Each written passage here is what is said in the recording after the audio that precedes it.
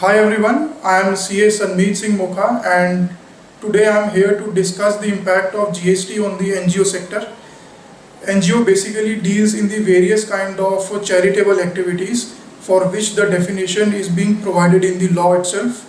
Charitable activity means public health by way of care, counseling or ill persons, person with severe physical or mental disability, person affected with HIV or AIDS, persons addicted to a dependence forming substance such as narcotics, drugs or alcohol, public awareness of preventive health, family planning or prevention of HIV infection, advancement of religion or spirituality, advancement of educational programs or skill development relating to abandoned, orphaned, or homeless children, physically or mentally abused or traumatized persons, prisoners, or persons over the age of 65 years residing in a rural area, preservation of environment including watershed, forest, wildlife, or advancement of any other object of the general public utility up to a value of 25 lakh rupees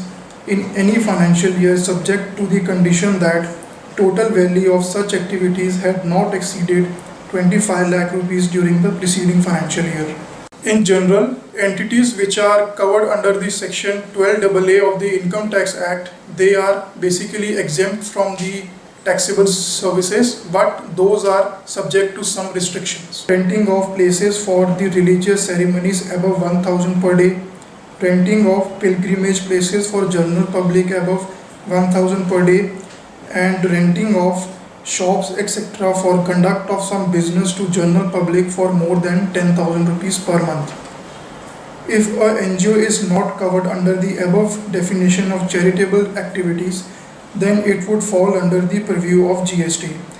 Now under GST there is an exemption limit of rupees 20 lakhs up to which no tax is payable.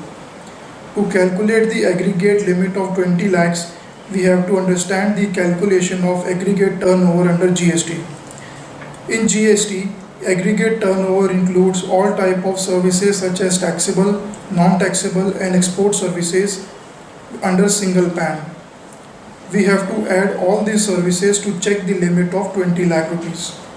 If GST is applicable, then entity has to take the registration, obtain GST number and file returns on monthly and yearly basis. There shall be 3 returns for every month and 1 consolidated return for the whole year, which is to be filed at the different time intervals. There are 2 important aspects to note here. The first one is different GST registration to have to be taken by every entity which operate in more than one state and shall maintain different set of books of accounts for that purpose. GST is not applicable on donations whether local or foreign including FCRA contributions. Government will issue more clarifications on this aspect of the GST and its impact on the NGO sector.